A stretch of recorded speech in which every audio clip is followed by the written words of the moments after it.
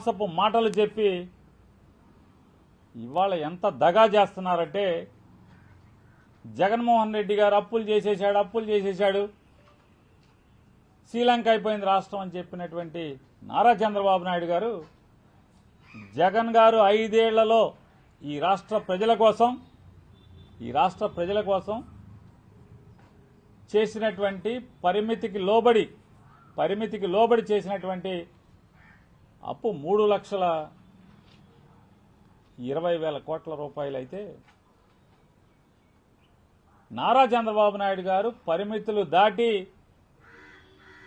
2 సంవత్సరాలు 24 మాసాలు నిండకుండా అంటే జగన్ గారు 60 మాసాల్లో చేసిన దాన్ని 24 మాసాలు నిండకుండానే 3,50,000 పైచిలుకు కోట్ల రూపాయల అప్పుని ఈ రాష్ట్రానికి 5 కోట్ల మంది ఆంధ్ర రాష్ట్ర ప్రజలకి నెత్తి మీద అప్పులు పెట్టాడంటే ఇంకా రాబోయే 3 సంవత్సరాలు అంటే రాబోయే 36 నెలల్లో ఇక ఈ రాష్ట్రాన్ని ఏం చేయదలుచుకున్నాడు, ఎన్ని అప్పులు చేయదలుచుకున్నాడు, ఎంత అప్పులు పెట్టదలుచుకున్నాడు మన మీద అనేది చూస్తే ఆంధ్ర రాష్ట్ర ప్రజలకి భయం కలిగేటువంటి పరిస్థితి.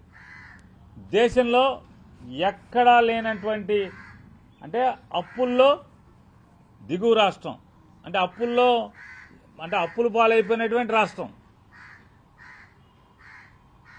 అప్పుల్లో మొదటగా ఉన్నాం, నేరాల్లో మొదటగా ఉన్నాం, ఉద్యోగాలు లేకపోవడంలో నిరుద్యోగంలో మొదటగా ఉన్నాం.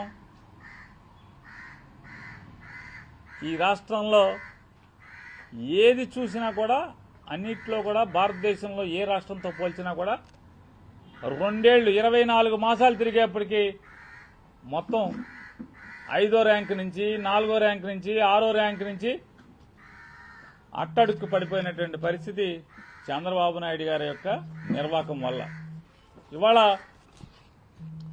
ఇవాళ కొత్తగా ఆర్టీసీని అమ్మకానికి పెట్టిన పరిస్థితి. ఇక రేపో మాపో ఆర్టీసీని అమ్మకానికి పెట్టిన పరిస్థితి.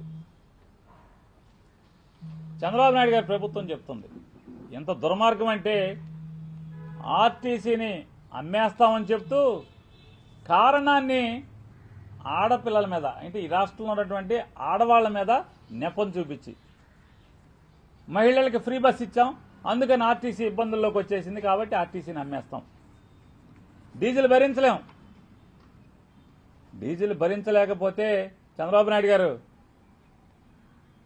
మోడీ గారి ద్వారా ఇప్పుడు మీరు తెచ్చే కరెంటు బస్సుల్లో 750 బస్సులు తెస్తామంటున్నారు కదా, ఆ బస్సుల్లో ఆర్టీసీ భరించగలదా, ప్రజలు భరించగలరా?